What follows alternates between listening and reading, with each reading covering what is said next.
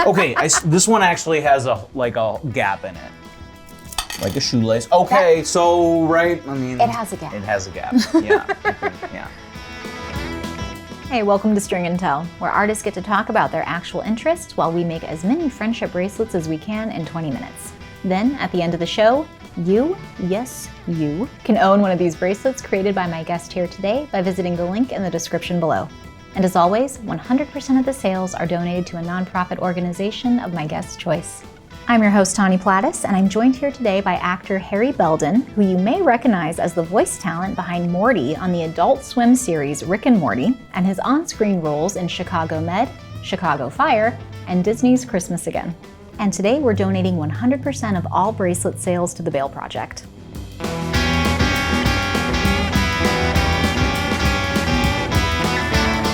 So you were telling me you have never made friendship bracelets before? I don't think I have, no. Okay. And I used to be a camp counselor too, so you'd think I would have done it in arts and crafts or something, but yeah. That's so cool. Yeah. That's a fun job. It was a fun job. I love that. Yeah, very demanding. Like, I would imagine. I mean, it's of course fun, and you're kind of like playing games all day, basically, Sure. but you're of course also like responsible for these children's safety. It was like sleepaway camp, you know? So you're like literally on the clock 24 hours, because if something happens in the middle of the night or whatever, you're responsible for these kids. I was 18. That's 19, 18, I think. Yeah. And now looking back, I'm like, wow, that's crazy. Like, I think about that same stuff too. I'm not even a parent, but I think about like now at like my like ripe old age, I look back at the stuff that like babysitting that I was allowed to do at the age I was allowed to do it. And I was like, right? I would never let some 16-year-old. 13 even, I think, like babysit, like it's crazy. So what I would recommend, I'll give you a little tutorial here, okay. Is choose a charm. Okay. And then take your string and then center the charm on the string and then fill in around it while you lay it here on the table. Center the charm on the string. Okay, cool. Yeah. And then you just continue adding charms? Exactly. Okay. Yeah, and then just got some beads right over here. Oh, nice. Oh, wow. What's the ratio of beads to charms? It's really whatever you like. Okay. That's what's cool. There's no rules. I just give little suggestions so you don't end up with the bracelet going, which like has happened 90% of the time with most of my guests. All so right. like so if it happens, great. Yeah, you're then good. I'm not worried about it. No, not at all. Excellent. Oh my gosh. So, funny story. One of my very best friends is a voice actor. Okay. And he got in touch with me a little while ago and he was like, hey, you can't tell anybody, but I have this really amazing audition for Morty. Oh my gosh, really? Yeah. Oh, so this was way back. Okay. Way back. And I was like, oh, that's so great. That wasn't last week. Don't worry. And I was like, oh, that would be amazing. He's like, yeah, I know, And, time went by and then we saw. I can only imagine how exciting that must have been because of like how excited my friend was who was auditioning for it. What was that like? Because that's an iconic role. Yeah, well, it is iconic. Yeah. And I was like a huge fan of the show. Mm-hmm. It was literally like the show that I was always looking forward to. The new season's coming out the most and everything. Like I was super hyped for it. Mm-hmm. So yeah, just when I saw that there was going to be an audition, I just like emailed my agent and I was like, hey, like this is my favorite show. Like like nothing's going to happen from this, but I would love to audition for it just because I love the show so much. Yeah.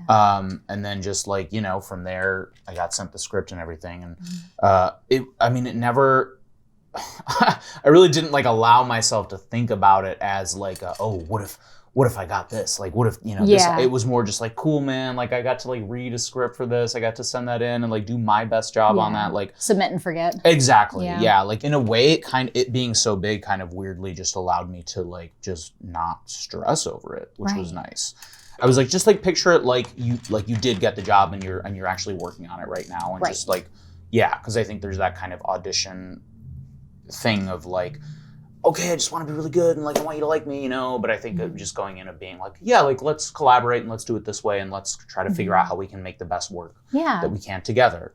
I think just put me in like a good headspace. Definitely. So also like very scary too. As soon as I got the news, I was like, oh, this is like a big deal and like a big thing that I'm stepping into, and like so many people, myself included, like love this show, Right. and I know it's going to be hard for people to adjust to it. So, you know, I had to just kind of like put my head down and focus on the work for season 7, Right. basically. You know, Definitely. yeah. So did you ever find out what it was that like they heard in you that was like really special? Did they ever tell you?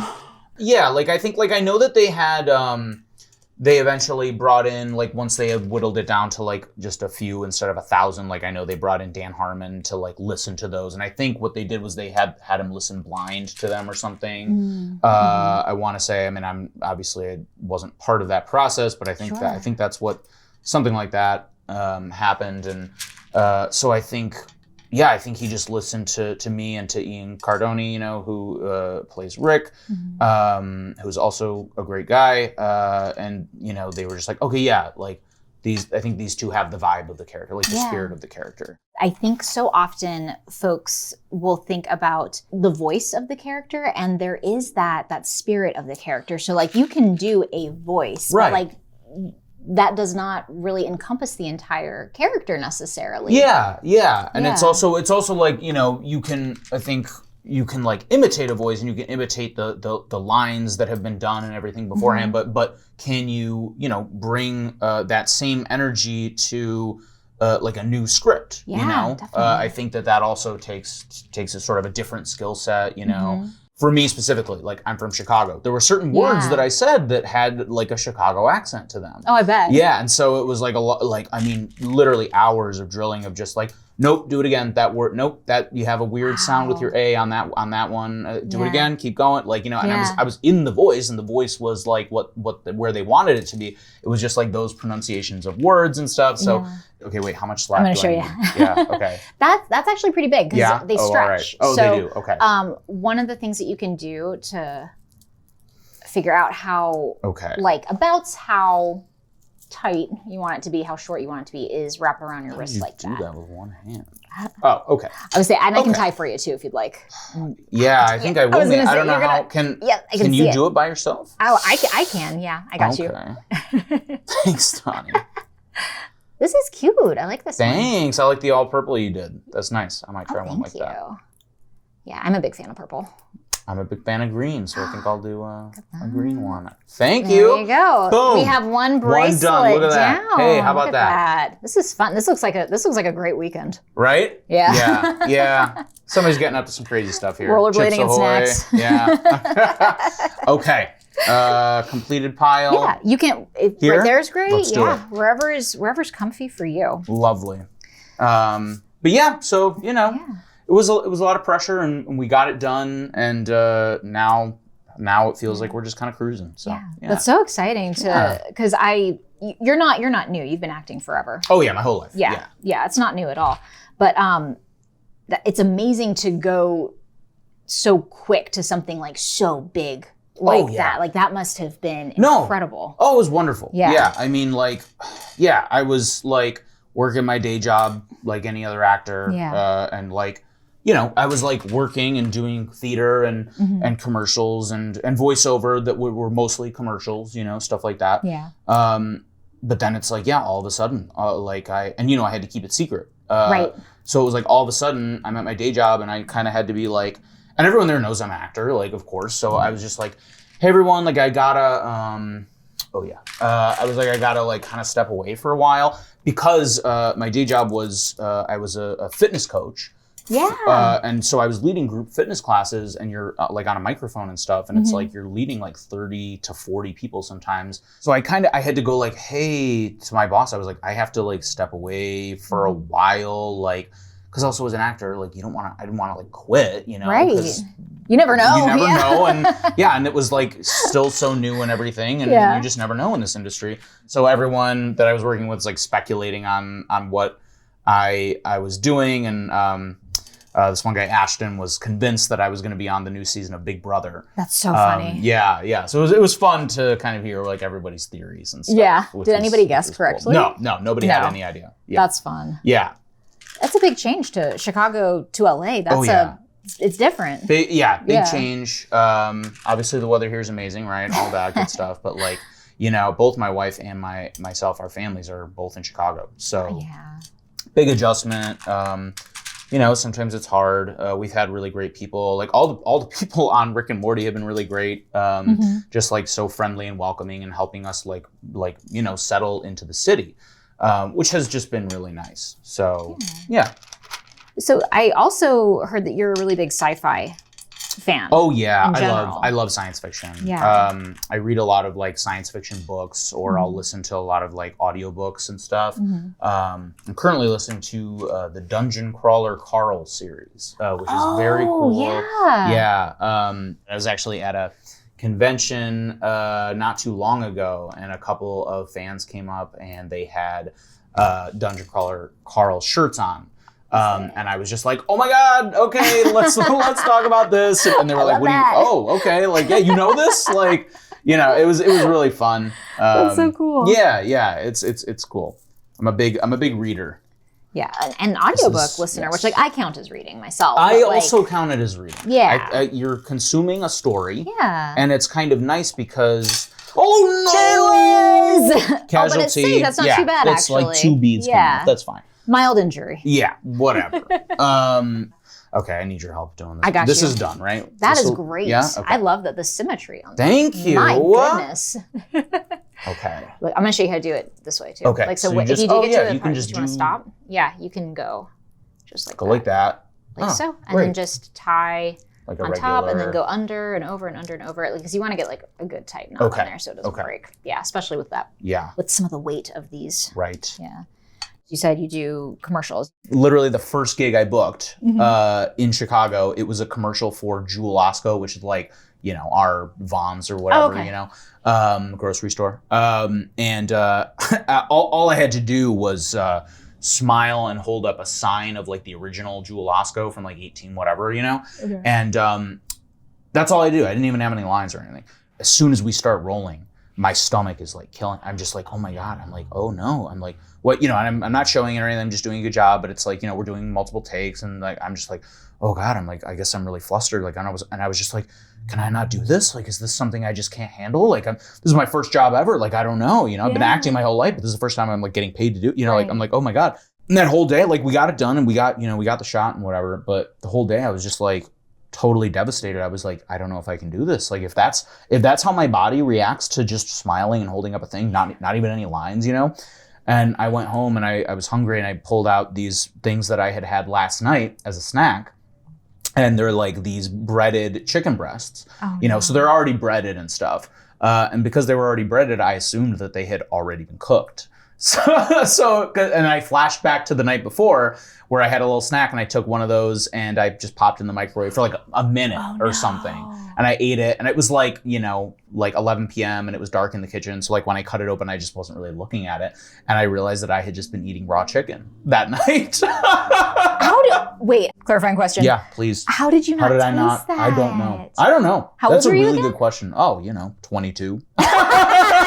Yeah, you'd think I was like 11 or something. Yeah. No, I'm like first job. No, I'm like, you were a teenager then? Like, no, maybe like 18. No, I was a full-on adult. I was like, these are raw. Oh, that's why I felt so terrible. I can act. Like, oh, great. Okay, cool. That explains so much. Cool. All right. Like, I know I can be an actor. That's great. Because I really the whole drive home, I was just like, I don't know what I'm gonna do. I don't know what I'm gonna do. Yeah. Like, I want to do this, but apparently I can't. Like, you know, I had some stress response to this. But no, I just ate raw chicken. So. When did you start acting? You know, probably around, like 6. Yeah. You know? Yeah, like I would always just do, it was never any paid work, but it was always just like, you know, plays. And I did a lot of summer camps where they did like theater and stuff. And every school play I could audition for and all that. And I just like always, my parents were both actors too. Like they worked they worked at the Second City in Chicago for a long time, and that's how they met. And so because they were actors, I knew that you could do it as a job. So I was like, okay, that's what I wanted. I was like, that's what I want to do. I want to go to school for acting, you know, get my degree in acting, and I did. And right after that, I was like, oh man, what have I done? Yeah. Why did I do that? Yeah, that was, I sort of did, you know, with getting my coaching personal training certification, that was like the closest thing I had to like some sort of other valuable skill that I could do. you got to do what you got to do, right? Absolutely. So you did theater. Yes. So are you a theater kid at heart then? Yeah. I mean, I suppose so. It's kind of like, growing up in the Midwest, that was, if you wanted to act, that was what you did, you know? So, I love theater. I think it's so much fun. I did some shows at the Lyric Opera of Chicago, which is like big, beautiful opera house. You know, it's like downtown. You know, I'm not an opera singer by any means, but what the Lyric Opera would do is they would hold auditions specifically for actors to basically like be in the background. Like it would be like, we're doing Fiddler on the Roof, and we want some like actual trained actors to like be, you know, these villagers or be the Russian soldiers, you know, in the show. So that's interesting. Yeah, it was a really kind of like eye-opening process of like how that kind of theater gets done. Yeah, you know? Yeah. So how did all of that get to voice acting then? Was that just I can do this from anywhere type of thing? Yeah, it was just kind of like I was never like, I want to be a voice actor. I want to be a film actor. I was just like, I just want to act. Like, I know how hard it is already. I just want someone to pay me to act. You know, that's it.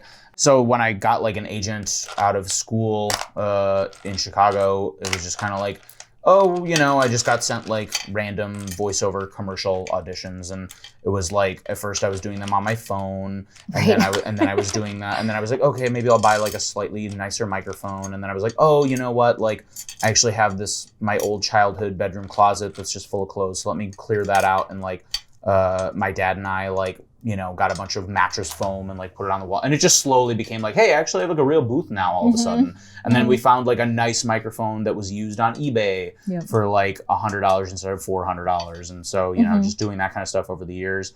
And then I just think all the auditioning, you just get good at it, right? You just do so many auditions, as you know, and eventually I guess you just like develop that skill.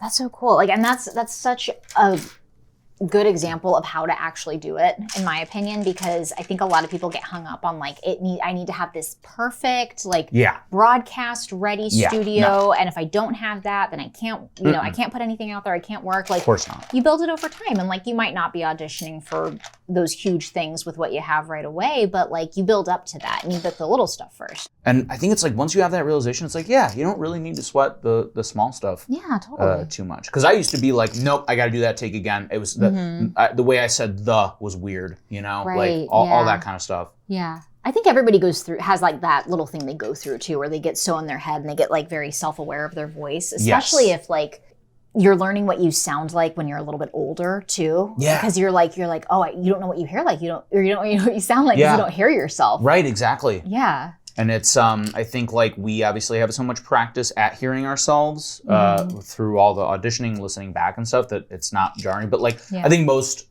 people would agree that, you know, it's like when you hear yourself recorded and you're just like, that's what I sound like, really? Because you don't sound to other people like how you sound to yourself, which is, you know, I mean, like anything, it's just a skill you develop. Definitely. Okay, this one looks pretty good. It's all red. Oh, I like doing the all one color thing. No! Hold on. Let me put this one on. Okay, this one actually has a gap in it. You can see that, right, on the camera. Yeah, you can for sure tell it has a gap in the hook, so it's actually not my I trust fault. you. Yeah. Sure, it does! Sure. Okay. Got it? Yeah. Okay. Hang on. There we go. All right, so you just... I put it, my hand like that. Like a shoelace. Okay, so, right, I mean... It has a gap. It has a gap, yeah. Yeah. It does have a gap. So she didn't believe me. That's, okay. I had to see it for myself. You never know these days.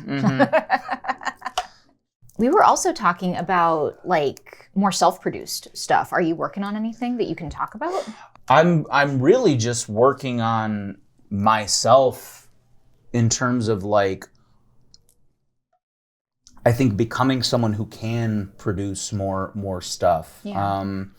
I think for a long time that kind of stuff has, and still sort of does, come with a lot of a sense of like pressure, right? To be always creating things and doing, and it's so and for me, I'm learning to, like, in therapy and stuff, that I'm the type of person who will react to that pressure with a lot of resistance. So I'm kind of, sort of what I was talking about earlier, of just like doing something. Yeah. And like enjoying it, and like doing it again, not because there's like an expectation or a pressure, but just because you enjoy it and because it's fun for you. So for me now, I'm sort of exploring, like, as I'm like in this stage of my life, what that is. Like I kind of don't know right now. I don't know what it is that I like, that I would like to do or make. So it's like simultaneously scary and really exciting. I'm in my self-discovery era, I guess. That's very common at 30 is what everybody's telling me. Yeah, like you kind of hit that like second puberty. That's what it feels like. That's what it feels like. That's a really good way to put it. I realized I've been living my life with a lot of shoulds and not enough of like wants. So I really do. I'm really in therapy right now, as you might be able to tell. It's going pretty well, I have to say. I think most actors do need to be in therapy. I really, actors for sure. Like, please go to therapy. I wasn't able to ever go to therapy until I booked those lyric opera shows, and I had like actual health insurance for the first time in my life. And I was like, oh my God, I can go to therapy. This is great. And it like actually changed my life. And then I booked Rick and Morty like 6 months after I started going to therapy. Because and I was like, it was funny because that therapist I was working with at that time in my life, like she helped me come to a point where I was like, I like had a realization of like, I just like, I was like, I don't need to hit it big. I don't need to like be famous. I just want to be acting. I just want to be like always working and doing stuff, which like, of course, is the dream. Right. And that just sort of got me to a more like zen place when it came to like auditioning and stuff. And it's like the auditioning is the job, having fun with that and doing that. And so it was kind of funny, like within 6 months of like having that realization, then it was like, oh, here's this huge thing actually. So now your life is going to be changed. So just like everything else we were talking about too, practice, time. And it sucks because you're in it and you're like, I'd like to feel better now. I know. Can I fast forward to where I make my breakthrough and I feel really good and I'm like at peace with everything? It's like, no. Sorry. You most certainly cannot. Yeah. It's so true. But you are finding those hobbies. I mean, you're listening to sci-fi audiobooks. I am. You like comic books. I love comic books. Yeah, that's a hobby. I always like thought Batman was the coolest from when I was like 13. It was like Spider-Man for a long time, then Superman, and then Batman when I was 13. I just kind of stuck with him, just because he's like, he's just so cool and like intimidating, and I just like. I don't know, you can pull like any splash page from a comic book of Batman. It's just like, he just looks so cool. Yeah. It's just like I can see that. An aura thing, as the kids would say. He's aura farming. Am I saying that right? Riz, all that kind of stuff. That one I actually thought was really clever. I like that, yes. I'm like short for charisma. Charisma, right? Yeah, it is cool. It's cute. Yes, but I do like my wife has a 9-year-old nephew, and so I'll try to just, I'm like, I'm aura farming right now, right? We got a text from his mom a few weeks ago because I did have one line in a Disney Channel movie, Christmas Again. Yes. Is basically Groundhog Day, but with Christmas. It's a very fun movie. I did check it out. But they were watching it like not knowing that I had worked on it. Oh, or really? Anything. Yeah. Oh, that's so funny. Yeah, because it's like right up, he's the perfect age for it and stuff. And like I popped up and he was just like, wait, that's Harry. What? Yeah. And I was like, cool, man. I didn't even like know that you knew I was an actor. Like that's, that's so fun. Yeah. But Batman, for the blue one. Spider-Man, Superman. I just love, like for me, they were, it's their role models growing up, right? Like, they kind of like teach you to be good and like how to treat other people well and stuff. And I like to wake up and have my coffee and have coffee and comics, I call it. With myself. That's so sweet. Yeah, it's very fun. This one might be super love big. that one. Right? Blue. That is so pretty. How about that? This is like a QVC thing. It's a QVC thing. Check out this one. It's and blue. Right here. And there's red, and there's green, and there's yellow for you yellow heads out there. So really, all of this for just $15.99. I can't believe it. That's amazing. Wow. What a deal. What a deal, What Tawny. a deal. Are you ready for the lightning round? Oh, yes.